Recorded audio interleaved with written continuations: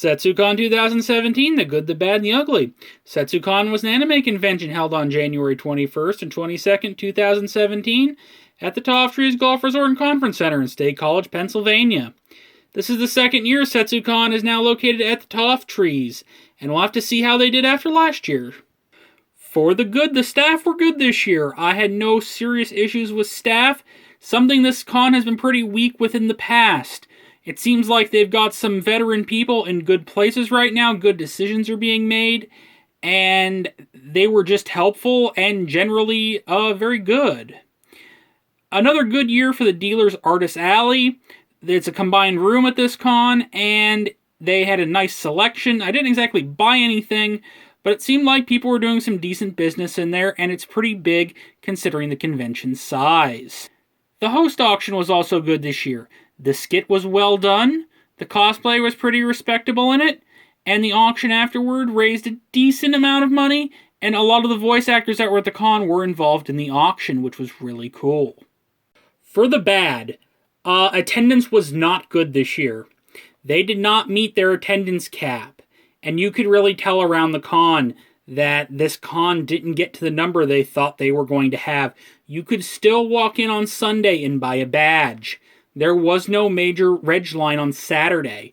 Though they were efficient on getting people through, it's obvious they did not come anywhere near a sellout. And this is one of the times that, in this video, sometimes with stuff at a con, you just can't say what was that bad, because it's not fair to others. I'm listing an unnamed issue here. Some of it has to do with the attendance downturn, that there was one glaring issue with this con, and I'd prefer not to talk about on here because it's just not fair to some other people. For the ugly, what should have been better? They still had panel equipment issues this year, and a lot of it had to do with the setup provided by the hotel. It's obvious they still have audio issues. The hotel really needs to work on that. I'm surprised with the amount of weddings they're supposed to have that they can get away with having a bad sound system. The con did try to circumvent this somewhat successfully, but still it's an issue. Line control was lost at the Uncle Yo panel on Saturday, and what ended up happening was I was definitely in the line, and all of a sudden the line ceased to exist. I don't know what happened. Some staff member mumbled that it wasn't a line. It was the line, I'm very sure on that. And what's weird is I have to criticize them for it. I end up getting better seats being further back in the line. I had a beautiful view of Uncle Yo, and it's just one of those weird things, but it had to be brought up. The line control staffers, unfortunately, were not entirely the best choice of people to use. A line control staffer at a con is usually someone who's very loud, or very large, or very imposing. They get the point across. The people who were line control staffers at Setsucon blended into the convention too much. That is a problem they really need to fix, or they need to have bigger signs.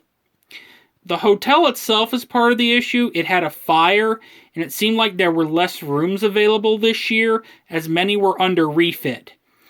The hotel itself is definitely aging in some areas more than others.